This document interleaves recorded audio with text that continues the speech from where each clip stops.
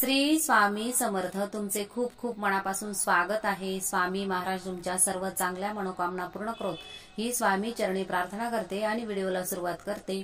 तर श्रवण करूया विनायक चतुर्थीची व्रत कथा। एकदा माता पार्वती आणि भगवान शिव नर्मदा नदीच्या काठावर बसून चौपारा खेळत होते। मग डावात कोण हरलं आणि कोण जिंकलं हे कोण ठरवणार असा प्रश्न निर्माण झाला। यावर भगवान शिवाने काही काड्या गोळा केल्या आणि त्यांची एक पातळ पेंढी बनवली आणि त्यामध्ये प्राण फुंकले। यानंतर त्याचे एका मुलात रूपांतर झाले। भगवान शिवांनी त्या मुलाला सांगितले की आमच्या या खेळात तुम्हाला विजय किंवा पराभव ठरवायचा आहे।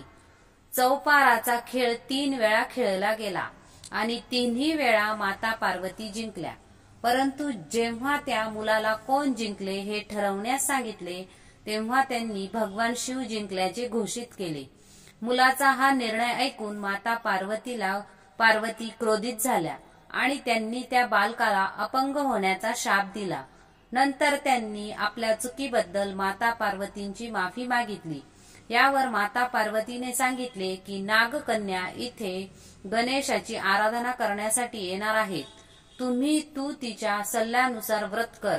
ते व्रत केल्यास तुझी शापातून मुक्ती होईल। काही वेळाने नागकन्या तिथे आली आणि तिने त्या मुलाला गणपतीच्या व्रताचे विधी सांगितले। त्यानंतर त्या मुलाने 21 दिवस गणपतीचे उपवासही केले। यावर भगवान गणेश प्रसन्न झाले आणि त्यांनी मुलाला शापातून मुक्त केले।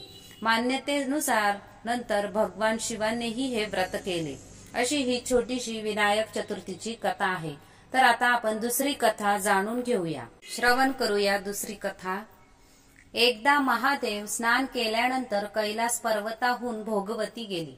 महादेवांच्या प्रस्थानानंतर देवी पार्वती स्नानासाठी जाताना त्यांनी आपल्या अंगाच्या मळापासून एक बाळ तयार केले आणि त्यात प्राण फुंकून त्याला सजीव केले। त्याचं नाव पार्वती देवींनी गणपती असे ठेवले।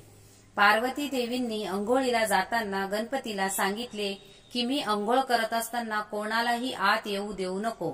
तेव्हा गणपती बाहेर पहारा देत उभे राहिले। तेवढ्यात शंकर घरी परतले आणि पार्वतीकडे जायला निघाले तर गणपतीने त्यांना अडवले। महादेवांना हा मुलगा कोण आहे हे ठाऊकच नव्हते। गणपतीद्वारे आत प्रवेशासाठी थांबवले म्हणून भगवान शंकरांना खूप राग आला। आपला अपमान झाल्याचे त्यांना समजताच त्यांनी गणपतीचे डोके उडवले। शंकराला रागाच्या भरात बघून पार्वती देवींना वाटले की त्यांना भोजन वाढण्यास उशीर झाला असावा म्हणून ते नाराज आहेत। म्हणून त्यांनी 2 थाळीत भोजन वाढून जेवणाचा आग्रह केला। 2 ताटं बघून महादेवांनी विचारले की दुसरं ताट कोणाचं आहे। तेव्हा पार्वतीने सांगितले की हे त्यांच्या पुत्र गणेशासाठी आहे जो दारावर पहारा देत आहे। तेव्हा शंकराचे क्रोधित होऊन त्यांनी त्याचे डोकं उडवल्याचे सांगितले। हे ऐकून पार्वती देवी विलाप करू लागल्या।